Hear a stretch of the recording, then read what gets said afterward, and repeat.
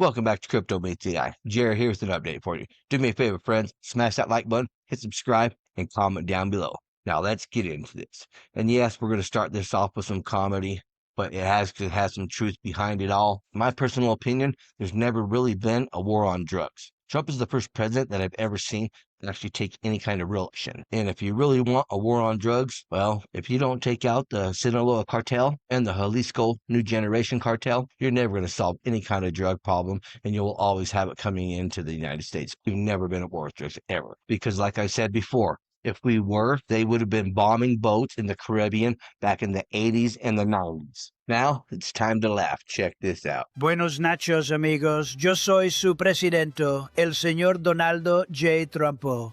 I love El Mexico, but your cartel bandidos are mucho estúpido. ¿Comprende?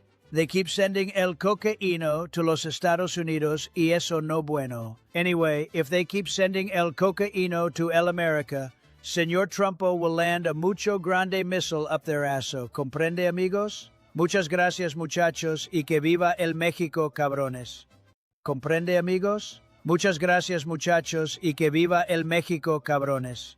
Hey, the cabrones. Look, honestly, the only way you're going to end a drug problem in the United States is if you make the drugs too expensive for the drug addicts to get, and the risk versus the reward for the cartels to not be profitable. Once that happens, there won't be any drugs in the United States anymore. But until it stops becoming profitable, there's always going to be drugs in the United States. I want you guys to understand it is important to enjoy the process. Remember that you will never experience anything like this in your life again. Stop focusing on the price and study. Do your research to understand why XRP will be the most valuable asset in the world. And Trump just did the impossible. CNBC in total shock. U.S. trade deficit plunged from 136 billion to 29.4 billion, lowest level in nearly 2 decades. Trump was right. Scott Bassett was right.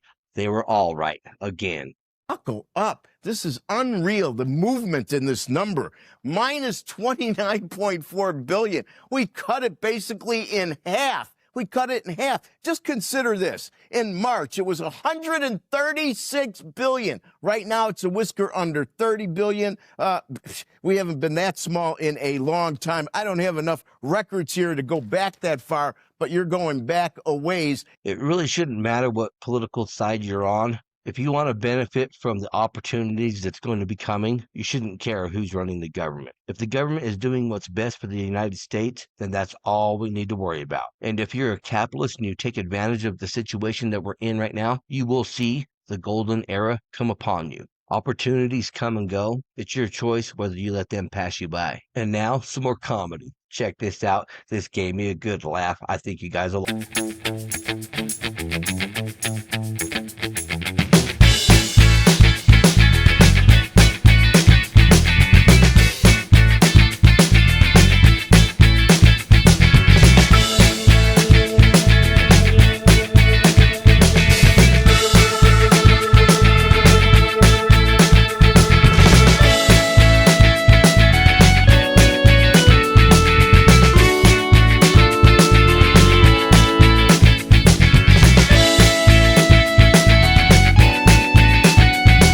Wrong signals, watching prices instead of pipelines. XRP, HBAR, and XLM are laying the rails for the new financial system. ISO 20022 is the bridge between legacy infrastructure and real digital flow. Banks and protocols have already moved. You either position early and let the system come to you, or you chase it after it's priced in. Don't miss the rails and wonder why you missed the run. From fakes to frauds to completely worthless, JPMorgan just changed the game.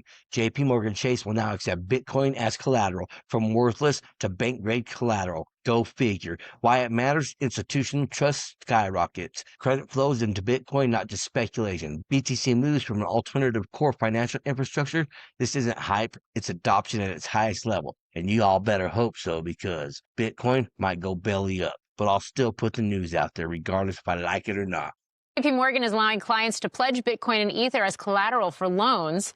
Leslie Picker is joining us now with details. Hi, Leslie. Hey, Morgan. Yeah, and chatting with sources familiar with the matter, I'm told it's still early days. And for now, the concept is limited to the firm's trading business. JPMorgan's trading business has, for a few months now, accepted IBIT, the ETF, as a form of collateral, which it sees as less volatile as the underlying currency. However, I'm told that certain hedge fund managers and asset managers are demanding more of these types of crypto services. Although, again, I'm told that offering Bitcoin and Ether as collateral for trading is not imminent at the firm.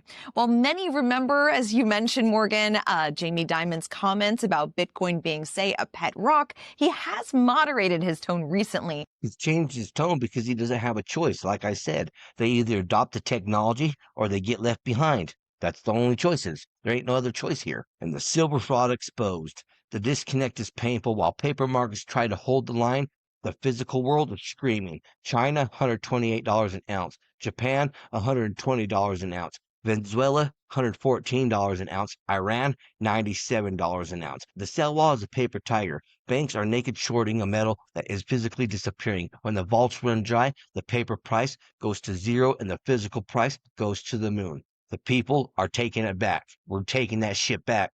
I say we break that banking cartel. And the JPMorgan hypocrisy. Seriously, you can't make this shit up. JPMorgan, Jamie Dimon, the largest silver market manipulator, has been fined $920 million for manipulating the silver price.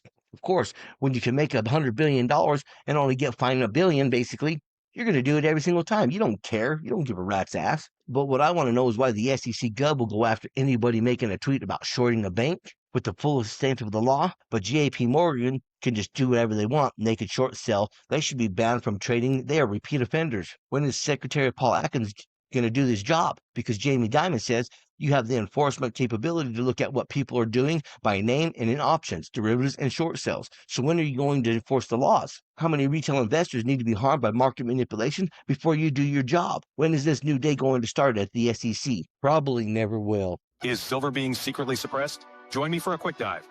JP Morgan was hit with a $920 million fine, but was that just the tip of the iceberg? For years, JP Morgan was accused of manipulating the silver market, using illegal tactics like spoofing, placing fake orders to deceive traders. They allegedly controlled massive short positions, betting on silver's price to stay low, keeping investors in the dark while hoarding over 600 million ounces of physical silver. In 2020, they finally got caught, forced to pay the largest market manipulation fine in history. But did they really stop? The SEC has the enforcement capability to look at what people are doing by name in options, derivatives, short sales, and they should go. If someone's doing anything wrong, people are in collusion, or people going short and then making a tweet, about a bank, they should go after them, and vigorously, and they should be punished to the full extent the law allows it. So, I completely agree. Prosecute them to the fullest extent of the law. You including JPMorgan, Jamie Dimon. And last up, what do you guys think about this? President Trump demands 10% cap on credit card interest rates. Says no longer will the American people be ripped off. Please be informed that we will no longer let the American public be ripped off by the credit card companies. They are charging interest rates of 20 to 30% and even more, which festered unimpeded during the Sleepy Joe Biden administration.